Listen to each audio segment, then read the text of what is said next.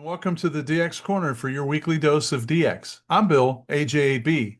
I can't believe that Christmas is only 40 days away. That means the CQ Worldwide CW contest is about 2 weeks away.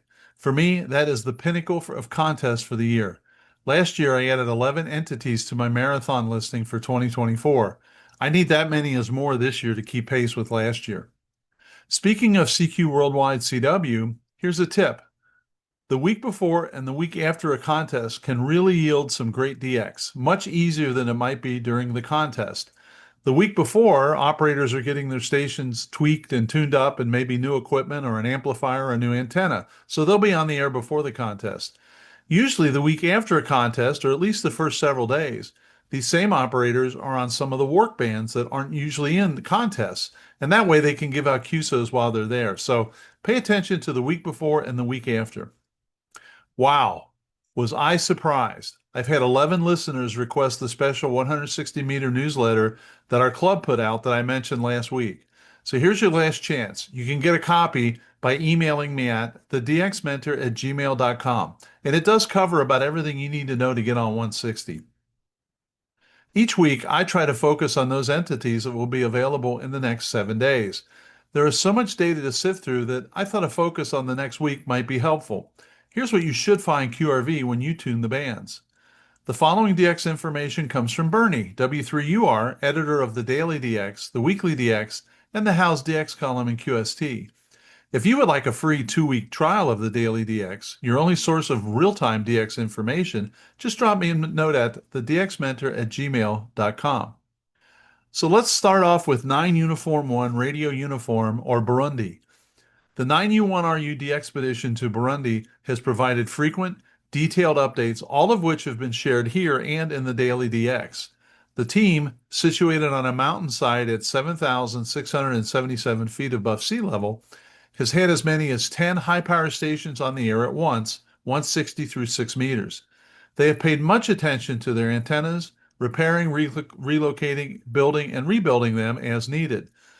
As of the 7th of November, 9 Uniform 1 RU has amassed nearly 75,000 QSOs with over 46,000 on FT8 and over almost 18,000 on CW. So well done. Easter Island. CE0YHF Jorge is back on Easter Island to repair some of the medical equipment at the Hango Roa Hospital. He expects to be there until at least the end of the month or as long as needed just before Christmas. He notes strong winds can easily destroy antennas and homemade antennas hold up much better. Late yesterday, he was on 6-meter FT8 50.313 working into Japan, Southern and Southern Central America, Northern South America, and the Southern Caribbean from about 2335 Zulu to 0015 Zulu. He has also added a small amplifier. From the Cayman Islands, we find NF3R Joel, whose QRV with his vacation-style operation from Grand Cayman as Zulu Fox 2 Radio Juliet until November 17th. He'll have a 100-watt IC7300 and an end-fed antenna. Activity will be on the FT8 modes and single sideband on 80 through 6 meters. QSOs will be uploaded to LOTW and Club Log, and you can QSL ZF2RJ via NF3R. Well, here's another one I'm interested in, the San Andreas and Providencia entity, HK0-A.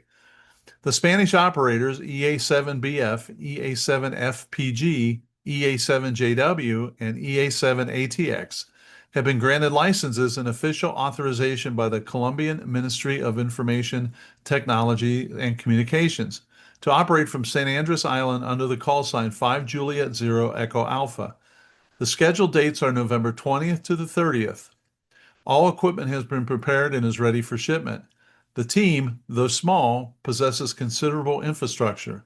Operations are planned to commence on November 20th, with final updates expected to be communicated several days prior to the start date. So stay tuned.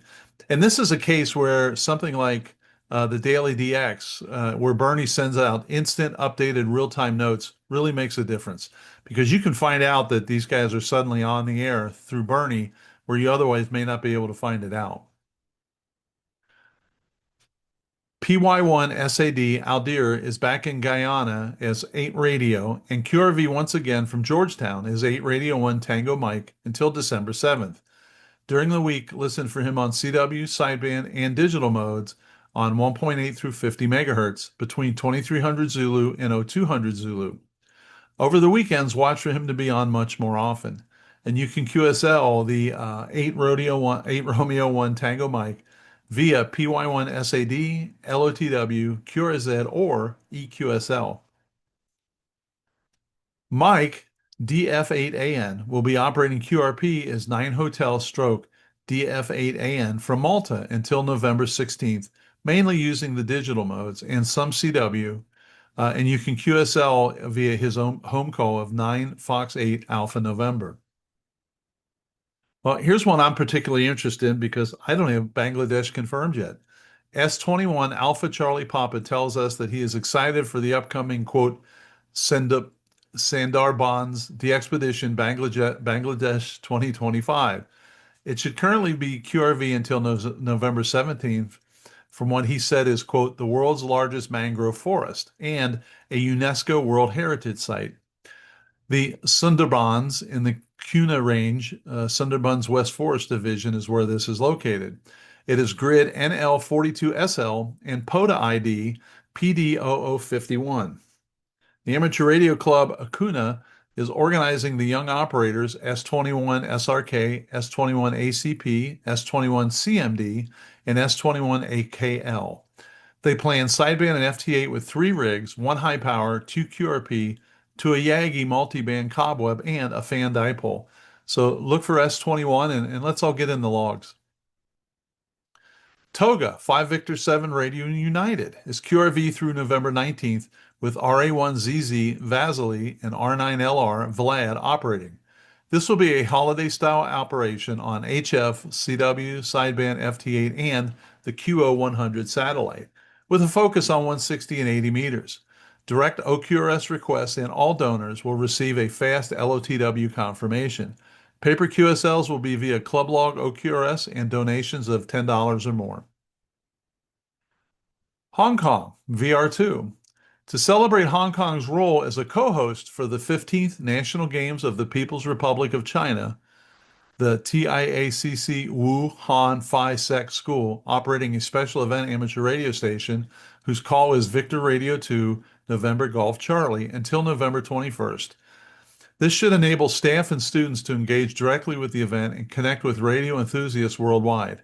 The station's call sign, thoughtfully designated by OFCA, merges Hong Kong's VR2 prefix with the National Games acronym NGC to highlight the occasion's significance.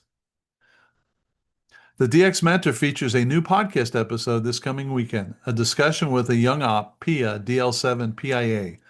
Pia is one of the youngest hams to win the CQ Marathon contest in Europe in 2024. She is also an accomplished contester, POTA operator, member of CW Ops, violinist, pianist. Well, you get the idea. Check it out and let me know what you think. If you want to follow all of the latest DX podcast and YouTube releases, you should check out the DX Mentor Facebook page and subscribe to be kept up to date on all of the DX activities. Contest updates. CQ Worldwide CW. At the end of the month, you will be able to participate in the CQ Worldwide contest. The dates are November 25th and 26th. Details can be found at CQWW.com. This is my favorite contest by far, and I hope to work you in it. The information below is reprinted from a 2022 edition of CQ Magazine with their permission, and I have updated some of the numbers. Check the website for changes and modifications. Quote, join nearly 40,000 participants from over 200 DX entities and all 40 CQ zones in the world's largest DX contest.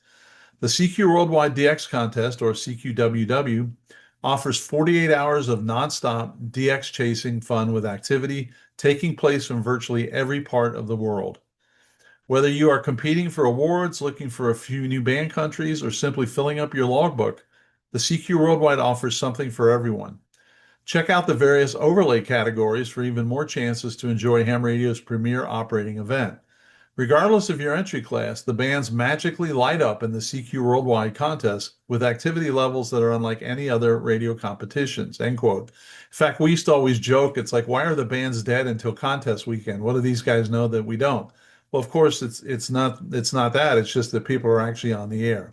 Well, we'll continue. Quote, working stations is easy. Exchange and log a signal report and your CQ zone number. So for instance, on CW, it might be 59905. If you're not sure which zone you're in, visit the CQ Worldwide website, and there's a place there where you can find that out. Generally speaking, for U.S. operators, the U.S. West Coast is Zone 3, the East Coast is Zone 5, and the rest of the lower 48 is Zone 4. Western Europe is mostly Zone 14, and Japan is in Zone 25. Contacts are valid only on the 1.8, 3.5, 7, 14, 21, and 28 megahertz amateur radio bands. No work or 60-meter bands are allowed. Your final score is based on QSO points earned for each contact times the number of multipliers worked. Contacts with other continents count 3 points each. Contacts with the same continent but different country count 1 point, except in North America where they count 2 points. Same country contacts earn 0 points but do count for multiplier credit. Multipliers are the number of DXCC entities and worked all Europe countries, plus IG9 or IH9, which are Italian properties, worked on each band, plus the number of CQ zones worked on that band. Don't worry about calculating your score. I know this sounds complicated. The CQ Worldwide Contest Committee's contest log checking software will do that for you when you submit a log. Most participants are using readily available contesting logging software to help as well. So for instance, I use N1MM and it tracks all of that. It calculates everything and I just have to send it in. If you do work that, let me know how you do and what your thoughts are. Until next week, this is Bill, AJ8B, saying 7-3, and thanks to my ex-whale Karen for her love and support. I hope to hear you in the pileup and in the DX contest. Have a great DX week.